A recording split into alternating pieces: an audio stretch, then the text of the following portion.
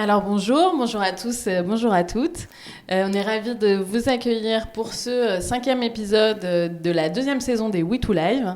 Donc les We Too Live, ce sont des rendez-vous que nous avons souhaité organiser dans le cadre du We Too Festival, où régulièrement on reçoit des personnalités féministes qui nous inspirent, des auteurs, des autrices, des penseurs, des penseuses, des artistes. Et donc nous sommes Sephora Eman et Cécile Martin. Bonjour. Deux des 6 co-organisatrices du We Too Festival, et on a la joie aujourd'hui de recevoir Bébé, Melkor, Kadior, et je vais laisser Cécile te présenter. Bonjour Bébé, alors tu es artiste, performeuse, fakir, travailleuse du sexe et également autrice de Balance ton corps qui est sorti à la Musardine cet automne, qui est donc un manifeste pour le droit des femmes à disposer de leur corps. Et on a une première question rituelle dans ces We Too Live. Tu dis que tu es féministe, je ne me trompe pas. Afroféministe, ouais. Pro-choix. On en parlera par la suite. Quel a été ton déclic, s'il y en a eu un? Est-ce que tu es née féministe? Est-ce que tu l'es devenue? Comment ça s'est passé pour toi le chemin du féminisme? Je pense que j'ai toujours pensé de façon féministe, mais que, bien évidemment, je ne savais pas que j'étais féministe jusqu'à ce que je me politise et que je prenne conscience que le mouvement existait. Donc ça, c'est pas inné et c'est pas de naissance. Donc je pense que je le suis devenue comme tout le monde, quelque part. Ouais. Et tu l'es devenue, il y a eu un moment clé, il y a eu une chose qui t'a... Alors, ça a plus été à mon adolescence, du coup. C'est à travers vraiment Internet, en fait. Pas mal de blogs à l'époque, parce que je suis quand même pas vieille, mais à l'époque, il n'y avait pas vraiment encore tous les comptes politisés sur les réseaux sociaux. Et du coup, c'était plus des blogs féministes, c'était plus des sites internet, des médias féministes. Et c'est à travers d'abord ces médiums-là que je me suis politisée. Et puis au fur et à mesure, à travers des lectures, souvent des mouvements womanistes ou afroféministes des USA. Ouais. Donc c'est un travail. Tu t'es conscientisée toute seule, en fait, par tes propres lectures? Oui, c'est pas une rencontre ou Non, c'est pas une personne physique pas une personne qui m'a prêché la bonne parole féministe. c'est vraiment un ensemble de circonstances et puis ma curiosité. Ouais. Alors ton livre, Balance ton corps, c'est un livre, la première chose qui m'a frappée en le lisant, c'est que j'ai trouvé que c'était un essai qui était empreint de joie, d'apaisement. C'est un livre serein, c'est un livre... alors, il y a plein de choses qui te mettent en colère, mais tu les exprimes avec beaucoup de sororité. Beaucoup, c'est un mot que tu utilises beaucoup dans ce livre. Et c'est aussi un éloge de la singularité. J'ai trouvé, voilà. Et alors, on a tendance à penser que l'émancipation, c'est un chemin qui est long, qui est douloureux, qui est difficile. Enfin, voilà, dans l'idée, dans la doxa, on se dit toujours c'est difficile. Et pour toi, ça a eu l'air d'être assez simple, assez donné, assez évident. Je ne veux pas dire que ça n'a pas été... pour autant difficile à des moments, mais en tout cas, ça a l'air d'avoir été assez évident. Est-ce que tu peux nous en dire 2 mots? Alors, oui, ça a été évident quelque part parce que j'ai toujours été très critique par rapport aux attentes qui pouvaient peser sur mes épaules, que ce soit de façon vraiment du cercle proche vraiment qui a des attentes particulières et on se sent obligé de correspondre à quelque chose, ou que ce soit à une échelle plus grande, plus systémique, plus sociétale. Et du coup, j'ai toujours été critique, donc... En ce sens-là, ça a été simple de savoir ce qu'il me fallait, ce qu'il fallait que je fasse, ce que je voulais faire de ma vie. Par contre, le process, ça n'a pas forcément été. Le fait de le faire, le fait de l'assumer, c'est pas un chemin sans embûches forcément, parce qu'on est confronté aux autres, on est confronté aussi à la résistance des autres qui ne sont pas forcément confortables à l'idée que les personnes autour d'elles sortent de leur carcan, parce que ça remet toujours en question en fait, les autres eux-mêmes. Généralement, on fait effet miroir aussi quand on prend des décisions qui ne sont pas considérées comme étant normales. Quand les autres y sont confrontés, il y a des remises en question un peu forcées qui se font et ce n'est pas très agréable. Du coup, il faut faire face souvent aux projections aussi des personnes qui ne sont pas très à l'aise. Et ça, c'est difficile. C'est difficile de maintenir le cap en fait. C'est difficile de ne pas être tenté de se réadapter un petit peu à la société, de chercher une stabilité ou un confort. Mais c'est un process et c'est tous les matins quelque part que ce process doit être renouvelé en fait. On doit toujours consciemment prendre la décision de prendre telle voie et de s'y tenir et de savoir pourquoi on s'y tient et pourquoi on la prend. Parce que tu dis dans ton livre, au début de ton livre, tu parles de ton enfance, du rapport à ta sœur et aussi de ta conscientisation très tôt du fait que tu étais différente, en tout cas pas dans les codes attendus par la société. C'est-à-dire que voilà, est-ce que du coup, est-ce qu'on peut dire que, il faut faire attention à ce que je vais dire, mais est-ce que ça a été aussi un cadeau dans une certaine mesure d'être déjà à côté de la société pour pouvoir conscientiser les choses peut-être aussi grâce à tes qualités, voilà. Mais voilà, c'est-à-dire que des fois, on a plus de difficultés à conscientiser parce qu'on est trop dedans. Et quand on est un peu à côté, on voit les choses avec plus de... Enfin, c'est ce que j'ai senti au début de ton livre, quoi, de ce que tu racontes. Oui. Moi, en fait, ce qu'on appelle la crise d'adolescence pour la plupart des gens, pour moi, c'est juste une prise de conscience. On se rend compte que le monde est complètement fucké et qu'on nous demande de faire comme si tout allait bien. Quand on est ado, c'est ça. Hein. Et du coup, les adultes nous regardent avec compassion et avec un petit peu...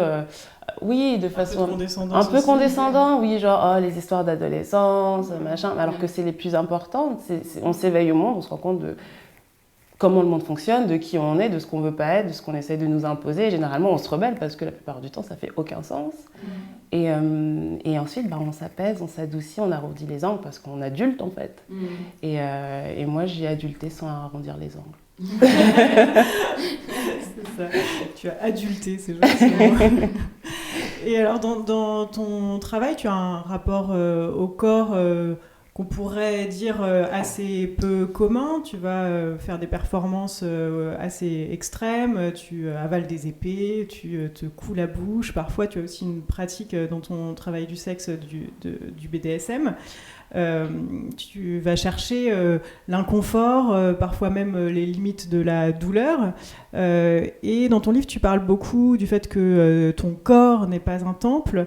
Est-ce que ces pratiques sont possibles par une désacralisation de ton corps ? Est-ce que tu peux nous parler un petit peu de cette idée, de ce que ça veut dire pour toi, que le fait que ton corps ne soit pas un temple ? Ça veut dire que je perçois les choses... de façon pas vraiment détachée, mais j'ai le sentiment d'incarner mon corps. Et que mon corps, du coup, je n'ai pas envie de dire un objet, parce que c'est politique de dire objet, après on pense à l'objectivisation des femmes, blablabla.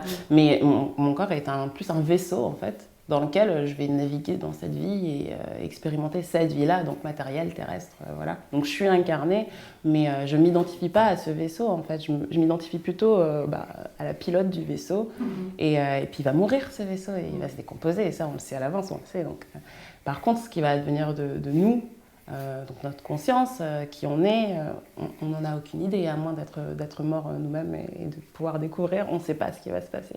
Moi, en tout cas, j'ai une petite idée, même si j'en ai pas les preuves, et du coup, je vis ma vie accordément à cette idée que j'ai de ce que ça signifie d'être en vie, en fait, d'avoir un corps. Et voilà, quand je dis que le corps n'est pas un temple, c'est surtout pour dire qu'il ne faut pas avoir peur d'utiliser son corps pour expérimenter la vie, qu'il ne faut pas avoir peur que son propre corps s'use parce qu'il va s'user, qu'il ne faut pas avoir peur de la douleur, parce que finalement, pour moi, la douleur est intrinsèque à l'existence. Après, c'est un choix plus ou moins conscient, bien entendu, d'en faire une souffrance. Généralement des douleurs de la vie, mais on peut aussi choisir de les traverser avec apaisement, avec philosophie, et essayer même de jouer un petit peu avec ce qu'on va ressentir. Et moi, c'est ce que je fais dans mes performances. Je repousse les limites de ma douleur parce que je sais que quand je ne lutte pas contre ma douleur, généralement, elle est plus supportable. Et ça se transpose aussi dans des douleurs qui ne sont pas physiques, sur les questionnements qu'on peut se poser, et puis sur les choses qu'on va vivre et qu'on va subir et qui sont indépendants de notre volonté. C'est un peu un manuel de comment traverser la vie. Donc, d'une façon quand même, c'est un parti pris un peu extrême, et puis c'est un mode de vie et ça ne s'invente pas, mais c'est une pratique, quoi. J'imagine aussi qu'il y a une certaine forme de plaisir dans l'expérimentation de la douleur, qu'à certains moments ça se rejoint. Alors dans le cadre du BDSM, oui, mais pas dans le cadre du fakir ou des performances. Il n'y a pas de plaisir à proprement parler. Après, le corps fonctionne comme il fonctionne, et généralement, quand on subit quelque chose de douloureux physiquement, après, le corps libère des endorphines et on est un petit peu planant et tout, mais c'est pas un plaisir sexuel ou érotique. D'accord. Et pour revenir à cette idée que tu développes beaucoup dans le livre dont tu viens de parler, l'idée que ton corps, tu veux le lâcher à la fin, à user jusqu'au bout. Enfin voilà, tu veux en revêtir tous les possibles, comprendre comment il fonctionne, aller au bout. C'est aussi une pensée qui est à la marge de l'idée en ce moment qui est très répandue d'une démarche healthy où il faut prendre soin de son corps pour l'amener au contraire le plus loin possible, voilà. Et en fait, ton corps, du coup, c'est un outil. C'est un outil comme pour l'ouvrière, enfin voilà, on rejoint l'idée du capitalisme, une ouvrière qui utilise son corps pour la caissière, enfin voilà, ou l'actrice traditionnelle aussi qui utilise son corps. Est-ce que finalement la seule chose qui va te différencier, enfin qui différencie une travailleuse ou un travailleur du sexe d'une actrice traditionnelle ou d'une ouvrière, ce serait la respectabilité, ce serait la morale donc. Est-ce que être une salope, c'est un moyen de rendre le patriarcat finalement obsolète, c'est-à-dire de lutter contre et de... Voilà, est-ce que tu peux nous en dire deux mots? Oui, je veux reprendre quand même quelque chose que tu as dit par rapport au fait que ma démarche fakir soit un peu en opposition à toute cette mode un peu healthy, etc. Pour faire ce que je fais, il faut prendre soin de son corps. Oui, bien sûr. Pour faire ce que je fais, il faut vivre de façon équilibrée, il faut bien manger, il faut prendre soin de soi, même un petit peu plus que la normale, entre guillemets. Donc, c'est pas à l'inverse, mais... Après, c'est une démarche plus spirituelle que juste... Ouais. En fait, il faut déjà prendre soin de son corps sur un plan physique pour pouvoir l'utiliser pour faire des rituels de transcendance et de résistance à la douleur, parce qu'il faut qu'il soit dans un état optimal pour pouvoir vivre les choses correctement. Ça, c'était la parenthèse. Mais c'est ce que je disais, c'était pas dans le sens où on prend pas soin de son corps, mais en tout cas on veut non pas le préserver de tout ce qui peut arriver, mais au contraire essayer de voir comment ça fonctionne jusqu'au bout pour l'amener au bout, ce qui ne veut pas dire qu'on le maltraite. Mais enfin voilà. Mais du coup c'est oui je comprends. C'est sûr qu'il y a cette volonté, mais c'est surtout, je pense que outre le fait de vouloir préserver son corps dans notre société actuelle, c'est surtout, on a tendance à vouloir préserver son apparence extérieure plus. Oui. C'est plus sa jeunesse apparente qu'on cherche à préserver, surtout quand on est perçu comme étant une femme. Généralement, on a ces injonctions-là qui pèsent plus sur nos épaules de voir paraître le jeune le plus longtemps possible. Mais oui, je pense que la respectabilité, c'est la seule... l'injonction à la respectabilité, c'est la seule chose qui empêche pas mal de femmes, de personnes perçues comme femmes ou de personnes sexisées de s'épanouir et de faire réellement ce qu'elles veulent avec leur corps, avec leur sexualité, relationnellement parlant. C'est vraiment ça, c'est vraiment la soupape, je pense, qui pèse vraiment sur pas mal une grosse partie de la population. Et oui, quand on est une salope, quelque part, c'est retourner un peu cette injonction-là. C'est même complètement retourner cette injonction-là, parce que c'est dire, j'ai conscience qu'elle existe, mais je sais qu'elle existe pour moi m'entraver et m'empêcher et perpétuer un système que je n'approuve pas. Donc, une façon de lutter contre le patriarcat, oui, ça peut être d'être une salope. C'est déjà de retourner cette insulte... de se réapproprier cette insulte et de revendiquer. Dans ton livre, il y a toute une partie du livre qui est consacrée au commandement, je ne sais plus exactement comment tu le dis, mais les principes de la salope et comment être ou comment expérimenter le fait d'être une salope. Et c'est aussi intéressant et c'est très féministe aussi cette question-là. Oui, moi, les principes, pour le coup, c'est juste des principes de vie que moi, je suis. Mais j'ai voulu prendre un petit ton un peu provocateur et dire les principes d'une salope, parce que voilà, je suis supposément une salope, je suis une salope selon la société, et du coup, je me revendique salope. Et du coup, au lieu de dire mes principes, je vais dire les principes d'une salope. Voilà. C'est pas les principes de toutes les salopes, c'est pas les 10 commandements des salopes, mais c'est des principes d'une personne qui est considérée parfois que comme une salope par rapport à ses choix de vie. Alors que finalement, je suis une personne qui réfléchit et qui a une idéologie, qui a une philosophie de vie et qui a des idées, qui a des idéaux sur comment être la meilleure personne possible pour moi, mais aussi pour les autres.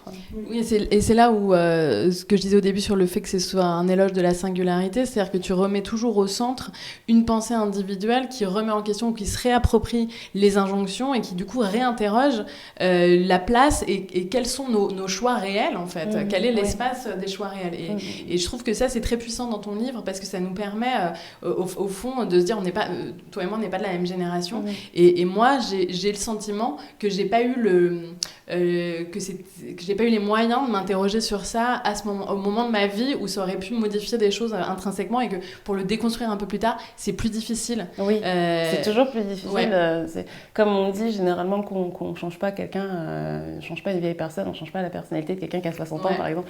Mais plus on attend dans la vie pour pour trouver ses propres réponses à des grandes questions existentielles, plus c'est compliqué de se les poser, ça c'est sûr. Ouais. Donc c'est chouette d'avoir des livres comme ça qu'on peut mettre en main des jeunes, et, des plus jeunes, même des plus vieilles, ceci dit. Oui, clairement. Il n'y a pas d'âge pour se poser des questions. Pour devenir une salope. Oui, il n'y a pas d'âge pour devenir une salope. Exactement.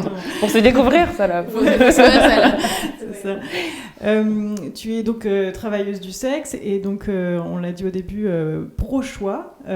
Aujourd'hui, les travailleuses du sexe sont encore, et les travailleurs du sexe aussi, beaucoup stigmatisés, déconsidérés, on leur donne très peu la parole, et il y a évidemment ce courant abolitionniste que je vais essayer d'expliquer rapidement, on va dire qui considère que le travail du sexe n'est qu'une mise en esclavage. Oui, et du viol tarifé. Et du viol tarifé, voilà. Évidemment, tu prends pas mal la parole sur ces questions-là. Le courant abolitionniste est aussi un courant qui existe au sein des courants féministes. Donc c'est pas toujours simple, et il y a notamment une tribune qui est sortie dans Mediapart avant-hier, dont tu es signataire, qui parle de tout ça, des problématiques qu'opposent les abolitionnistes, et comment il faut à un moment donné ne plus infantiliser les travailleurs et les travailleuses du sexe, et puis les pathologiser aussi, ça, parce que les abolitionnistes aiment mettre les travailleuses du sexe dans une espèce de boîte où toutes seraient traumatisées par des agressions sexuelles, etc. Et du coup deviendraient incapables de se penser elles-mêmes de façon responsable, et deviendraient détraumatisées en fait. Donc toute notre identité en tant que travailleuse du sexe, c'est d'être traumatisée, d'être pathologisée, et du coup il faut penser à notre place, il faut choisir pour nous.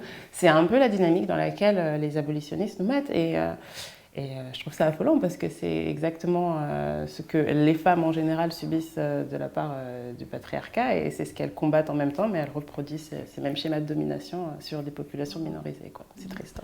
Et le fait que tu parles à visage découvert, dans les médias, etc., ça rend vraiment visible le fait aussi que c'est possible d'être une travailleuse du sexe épanouie, réfléchie, intelligente, et ça casse beaucoup de stéréotypes.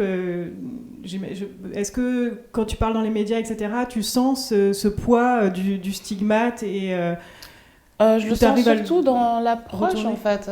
Je l'ai beaucoup senti lors de la promotion de Balance ton corps, en tout cas les premières semaines, parce que c'était les plus intenses au niveau des entretiens, interviews, etc.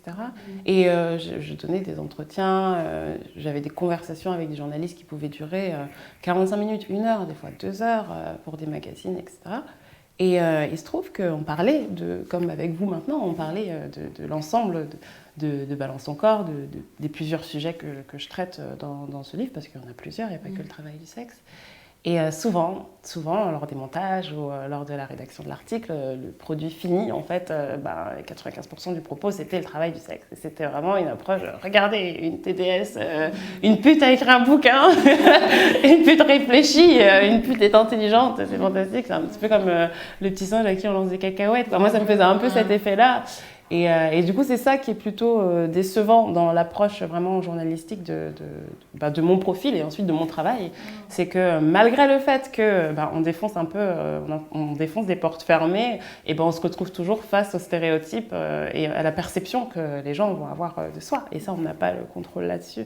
Donc, de plus en plus, les travailleurs du sexe ont la parole, de plus en plus, parce que maintenant, les médias, le mode d'information évolue vraiment à une vitesse folle, et les réseaux sociaux n'ont plus les filtres censeurs que les grandes chaînes peuvent avoir. De censure quand même sur les réseaux oui, sociaux. Mais au niveau du propos, au niveau de qui s'exprime surtout.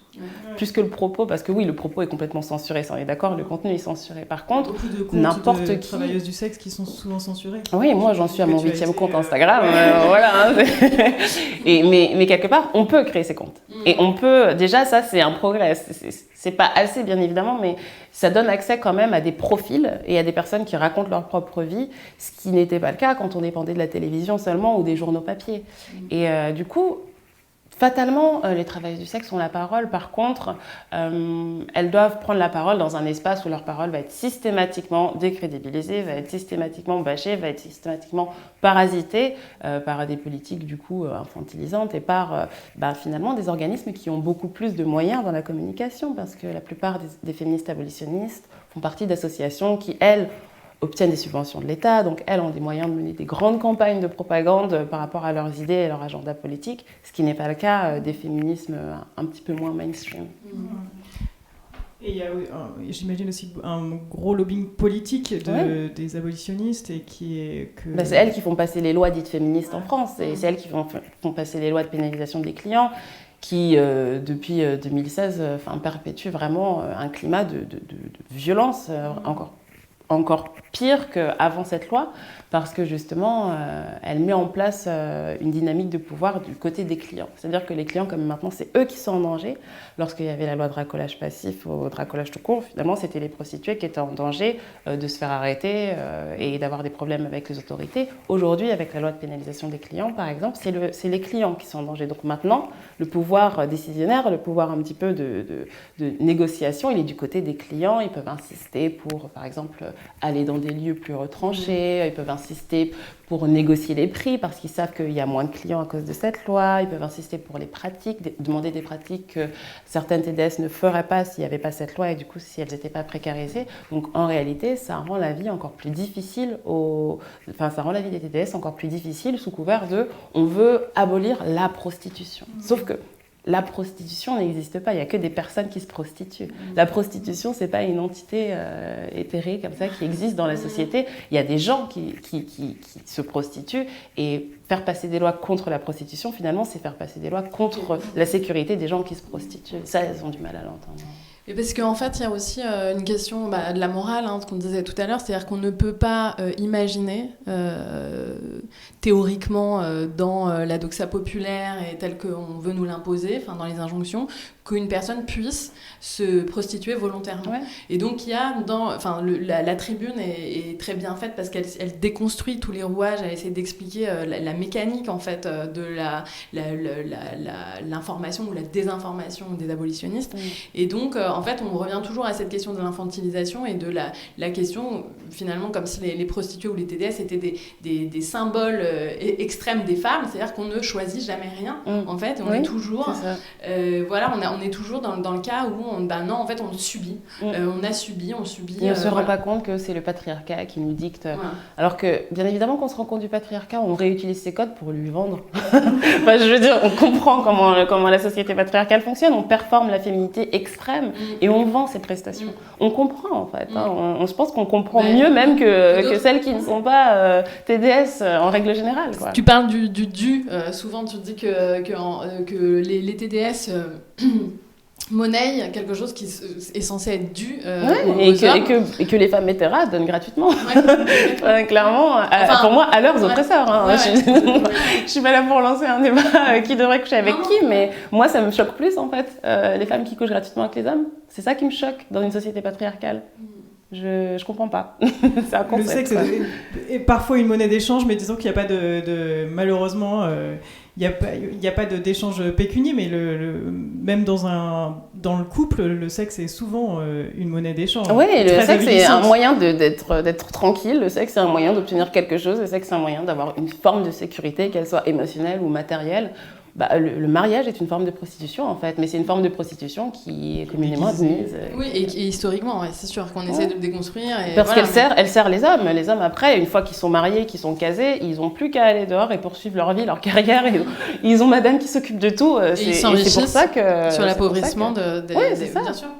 Bien sûr. Et il y a une question en filigrane qui est liée à tout ça, qui m'a beaucoup interrogée en lisant ton livre. C'est-à-dire, c'est une question à double entrée qui concerne la politisation du corps des femmes. Est-ce que, finalement, il faudrait, oui ou non, dépolitiser le corps des femmes ? Est-ce que, en fait, il y a deux aspects. C'est-à-dire que en général, le corps des femmes est ultra politisé, il est injonctionné, il est contrôlé, que ce soit sur des questions d'agression sexuelle, c'est-à-dire qu'à la fois, c'est souvent une double peine, c'est-à-dire qu'à la fois on a été agressé et à la fois on ne peut pas en sortir, parce que la société dit qu'on ne se sort pas du viol, puisqu'on me dit comment je dois vivre. Qu'on est brisé. Voilà, il y a une espèce de justement de non-singularité, c'est-à-dire que toutes les femmes sont censées vivre leur agression de la même façon. On te dit comment tu dois le supporter, comment tu ne pourras pas le supporter, et comment tu devrais t'en sortir. Voilà. Et donc, il y a ça, et il y a évidemment le corps des femmes utilisé comme arme de guerre, la question de la pornographie, voilà. Et d'un autre côté, l'utilisation du corps politique, c'est-à-dire se réapproprier les codes, comme toi tu le fais, comme les femmes peuvent le faire dans une certaine mesure aussi, utiliser les codes pour repolitiser le corps. Mais est-ce que d'un côté, il ne faudrait pas, dans un monde idéal, complètement dépolitiser le corps des femmes pour qu'ils puissent se vivre de façon individuelle, pour qu'on puisse avoir accès à notre propre volonté sur notre propre corps. Enfin, est-ce que tu vois Oui, mais il faudrait dépolitiser les corps de tout le monde, en fait. Bien sûr, mais les corps des femmes sont plus politisés que... ils sont politisés par... Que c'est des hommes cis, en tout cas. Ils sont politisés parce qu'on cherche à les dépolitiser dans un monde où ils sont injonctionnés, comme tu l'as dit. C'est la seule raison pour laquelle ils sont politisés. Bien évidemment, si on transpose ce monde d'un coup... dans un monde idéal où il n'y a plus de patriarcat, tous les corps seraient dépolitisés et on pourrait juste vivre nos vies, ça c'est sûr, ce serait l'idéal. Mais en revanche, je pense que la méthode pour dépolitiser les corps des femmes et des personnes sexisées en règle générale aujourd'hui, c'est de les politiser. Du coup, il n'y a pas le choix, parce que si on reste passif, finalement, ils le sont politisés d'une certaine façon, mais pas d'une façon sur laquelle on a le contrôle. Donc, il faut les politiser consciemment. Pour dépolitiser, quoi. Oui, c'est ça, ouais. Oui, et donc, il faut toujours être en conscience. C'est-à-dire qu'on n'a pas le choix, en fait. Oui, je pense que c'est... En fait, la passivité, c'est la complicité. La passivité, c'est nourrir le système qui est déjà là. Ne pas être activement contre un système, c'est y participer, en règle générale. Surtout quand il se base sur des rapports de domination. Donc oui, il faut tout faire en conscience, c'est fatigant, mais c'est la vie. Si on veut être politisé, on ne peut pas être passive, c'est pas possible.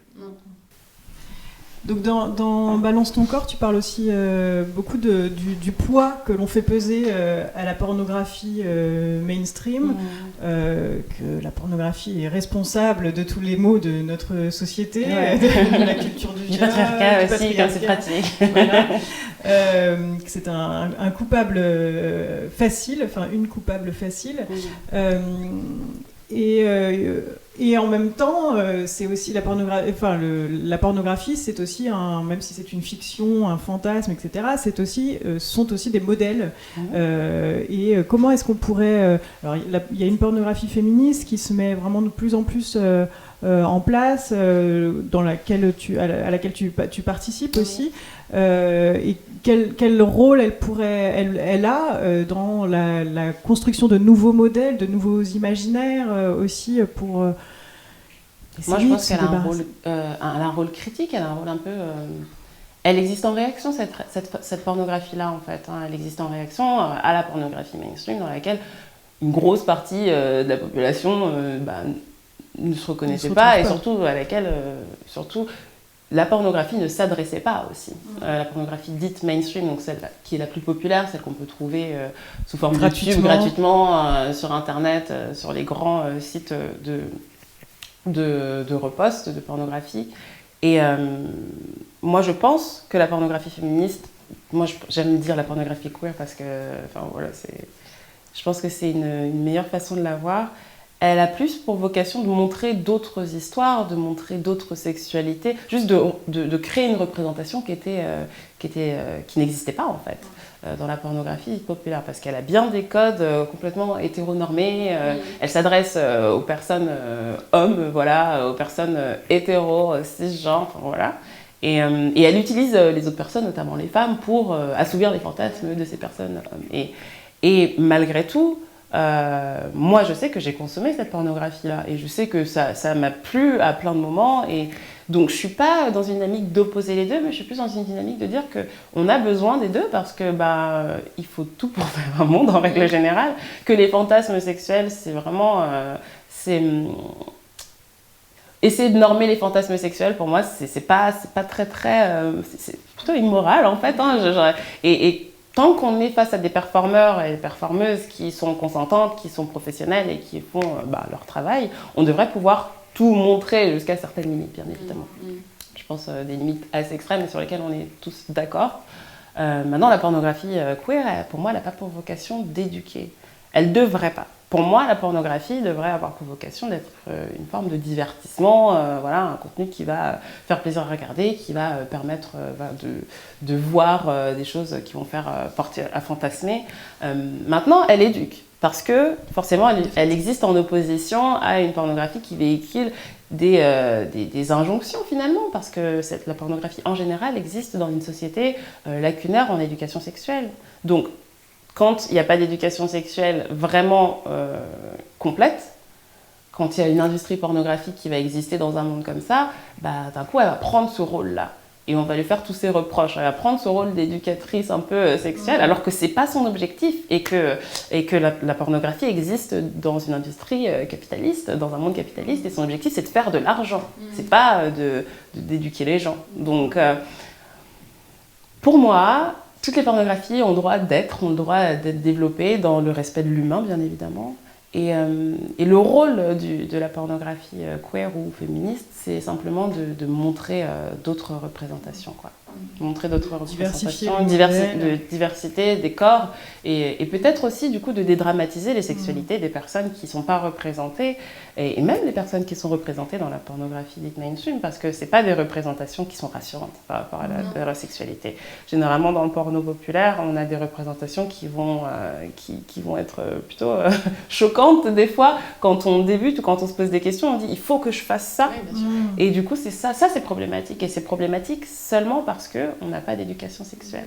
Donc, il nous manque aussi sans doute l'éducation à regarder. Oui, mais l'éducation sexuelle dans un monde où la pornographie existe devrait inclure la pornographie. Justement, est-ce qu'il faudrait pas je ne sais, faudrait, non, c'est abusif, mais est-ce qu'on pourrait imaginer aussi de créer une pornographie à visée éducationnelle pure? Ça existe déjà. Ah, ça existe. Ouais. Mais ça existe encore une fois dans les circuits communautaires, dans les circuits queer, ça n'existe pas.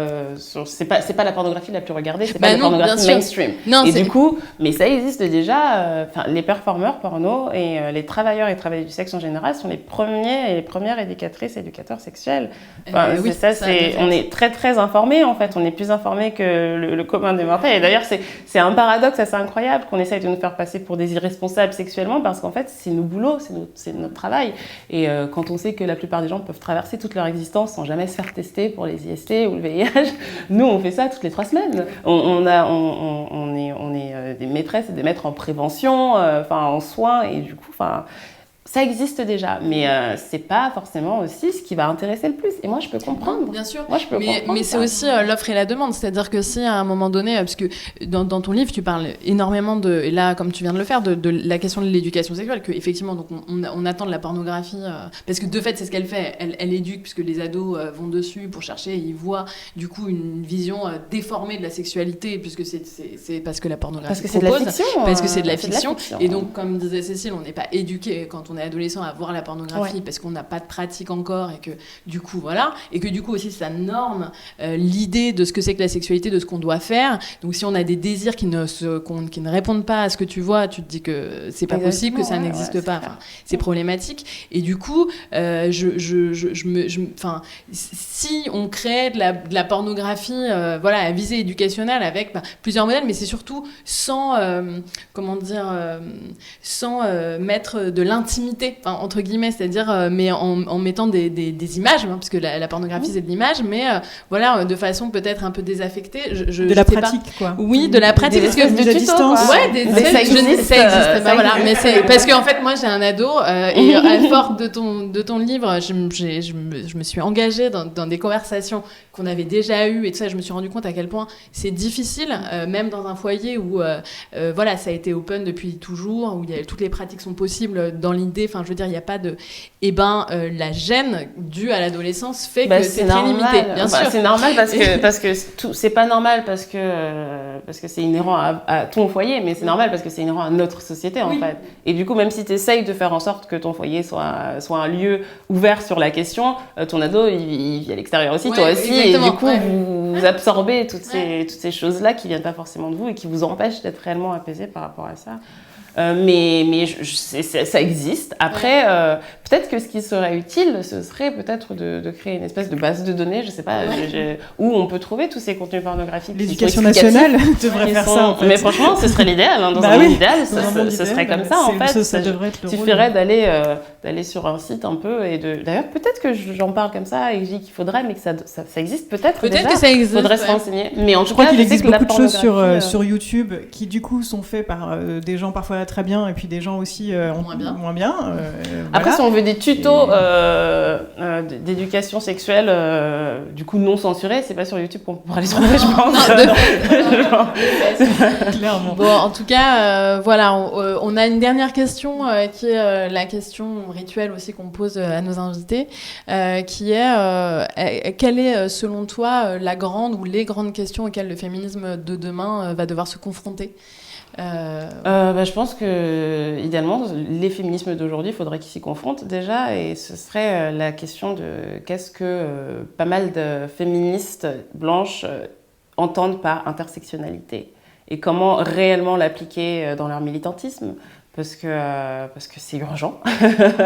C'est urgent de recalibrer nos priorités en tant que mouvement féministe avec un S, parce que bien évidemment il y en a plusieurs, et de se rendre compte que c'est pas en libérant les personnes les plus privilégiées du panier qu'on libérera toutes les femmes, mais à l'inverse, c'est en libérant les personnes les moins privilégiées, et du coup en adaptant nos agendas politiques aux oppressions des personnes qui vont être des femmes, mais qui vont être des femmes des minorités, donc des femmes racisées, qui vont être des femmes handicapées, qui vont être des femmes trans, au lieu de se concentrer sur les priorités militantes des femmes blanches, bourgeoises, valides, etc. Je pense que ça, c'est urgent, parce que je pense que c'est une des raisons pour lesquelles les féminismes stagnent, n'avancent pas politiquement, et c'est une des raisons pour lesquelles on n'a pas encore de place dans les assemblées, on n'est pas encore vraiment en train de légiférer pour les personnes sexisées en général. Merci beaucoup. Merci, entièrement d'accord. Merci pour cette dernière parole. Merci. On va juste remercier le pavillon des canaux, notre partenaire là où nous sommes. Léa Pétel qui fait les images que vous voyez en ce moment. Prochain rendez-vous avec le WeToo avant le prochain festival qui aura lieu en septembre à la Cité Fertile. C'est le festival Pop Meuf qui aura lieu le 3 mai. Une table ronde avec Gabrielle Richard et Aude Sécheret. Sur l'éducation non genrée, est-ce un mythe ou une réalité ? Voilà, on vous remercie. Merci beaucoup, bébé. Merci beaucoup. Et à très vite. Au revoir. Au revoir.